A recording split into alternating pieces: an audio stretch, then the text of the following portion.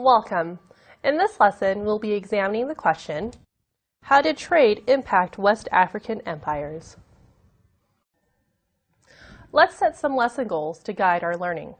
Today we're going to learn about West African empires. We'll do this by describing the influence of trade in West Africa, describe how Islam was introduced to West Africa, and explain how Ghana, Mali, and Songhai became trading empires.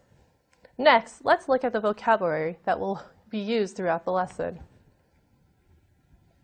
Let's take a moment to type these important vocabulary words into your e-notes and check your glossary for definitions. Stay on the lookout for these vocabulary words as you move through the lesson.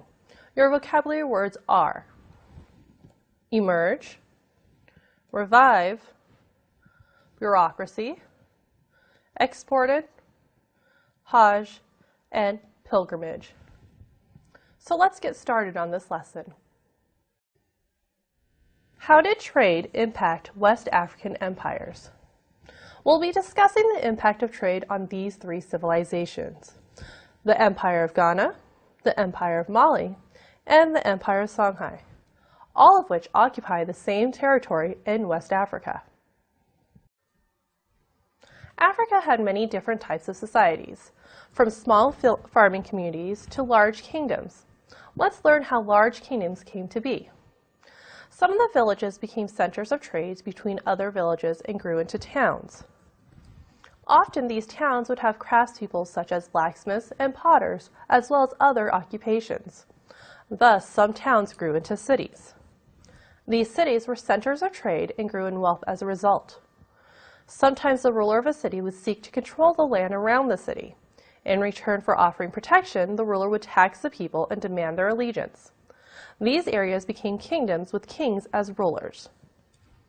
Even when some areas grew into kingdoms, there were still other areas that remained cities, trading towns, villages, and extended family farming communities. Now, let's get started with your lesson. You now know that trade was an important development that helped early African kingdoms grow. There was one more important factor, though. To trade with West Africa in the 700s, you had to find a way to cross the Sahara Desert. The Sahara Desert is the largest desert in the world and one of the hottest. In ancient times, trade with West Africa was limited. The Sahara Desert was a significant barrier due to its harsh climate. In the 700s, traders began to use the camel to transport goods across the desert. Three powerful empires emerged in West Africa. Experts estimate that before the 1400s, about 2/3 of the world's gold supply came from West Africa. Salt was important for food preservation. This is before there was refrigeration, and this was brought out of the desert. That is why these empires are often called the kingdoms of salt and gold. The kings controlled all trade, ensuring that they could collect taxes, and this led to great wealth. Now let's look at this map here. This map shows how caravans passed through the region on their way to the coast, going from here, next to the Sahara Desert, and back over. On their way, kingdoms were able to collect taxes. Now, let's make sure you understand what you have learned so far.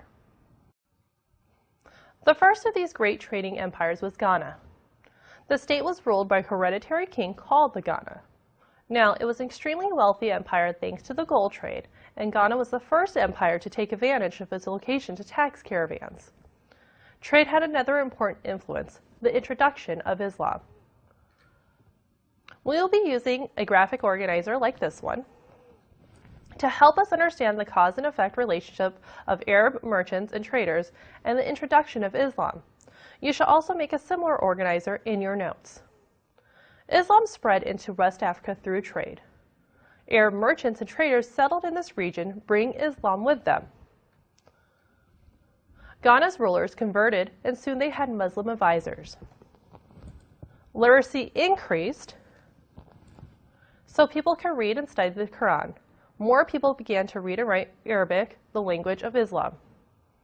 Many Africans began to practice Islam. They also combined Islam with the beliefs and practices of traditional religions like animism. And I'm going to write that word right here. Animism is the belief that animals, trees, natural objects in the world around us contain spirits, including those of our ancestors. Now today, most people in this region still practice Islam. Let's review what you have learned so far. You now know that the West African kingdoms depended upon the gold and salt trade. You also know that Muslim traders introduced Islam to the region. By 1076, the kingdom of Ghana had been conquered by raiders. But 100 years later, a new empire would rise to take its place, the Empire of Mali. Mali was founded by a legendary leader named Sundiata.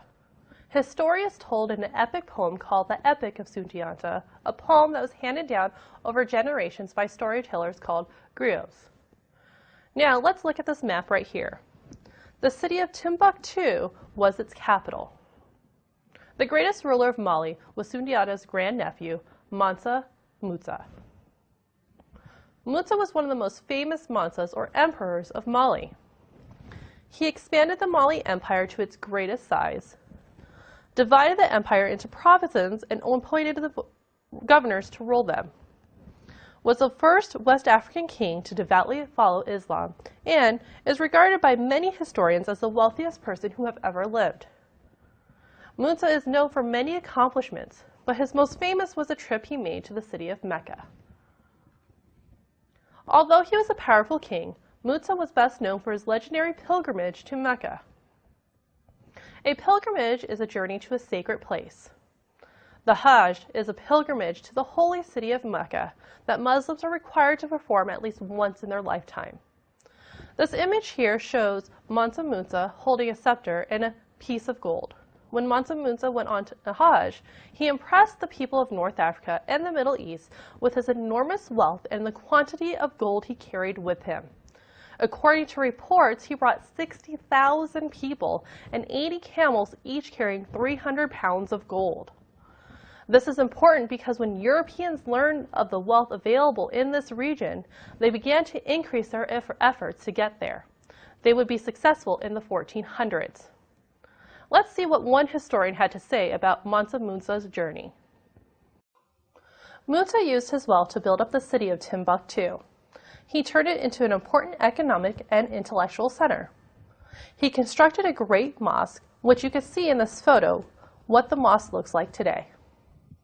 He also founded a university that attracted scholars from across the Muslim world. The university had one of the largest libraries in the world with between 400,000 to 700,000 manuscripts, and up to 25,000 students attended at any one time. Trade helped Timbuktu become an important center of learning and cultural achievement. Ibn Battuta was a famed and influential writer who traveled across the Muslim world.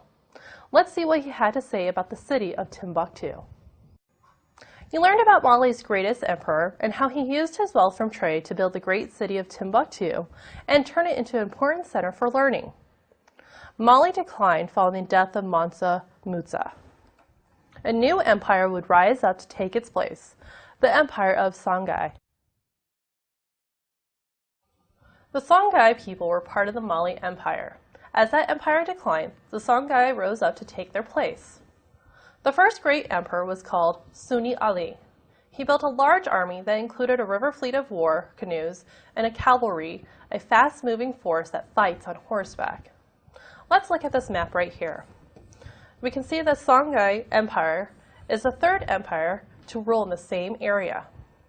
The second great emperor was called Askia the Great. Now, Askia the Great was one of Songhai's greatest leaders. He overthrew the ruling emperor to seize control of the empire. The ruling emperor was not a Muslim. In government, he established a system of laws based on Islamic beliefs, and also created an efficient bureaucracy, which included a system of tax collection and a government with ministers overseeing various departments. In education, he revived it by increasing support for universities. And in trade, he worked to expand it, exported gold and enslaved persons, and imported salt, horses, and luxury goods. Under Askia, the empire flourished as a center of trade, technology, and learning. The fall of Songhai marked the end of the West African kingdoms.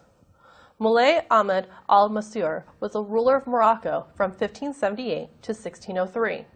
He ordered his troops to attack Songhai in search of the source of the gold. Morocco is located on this coast, and they had been trading with Europeans and had acquired guns and other weapons. Songhai troops only had swords and spears. This was the last great empire in the region.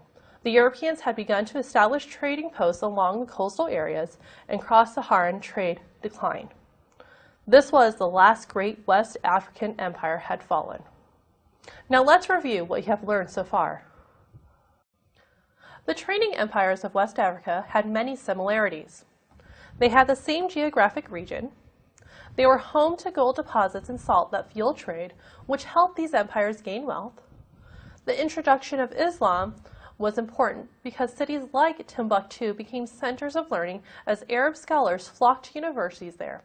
And great emperors in each kingdom created complex governments with strong bureaucracies. Now, this is an estimated timeline of West African kingdoms. From 800 to 1235, we have the Empire of Ghana. From 1235 to 1500, the Empire of Mali. And from 1400 to 1591, we have the Empire of Songhai. Here are some other important events. In 630, the Prophet Muhammad spread the Islamic faith. In 1324, Mansa Musa made his pilgrimage. In 1450, Portuguese explorers claimed West African lands.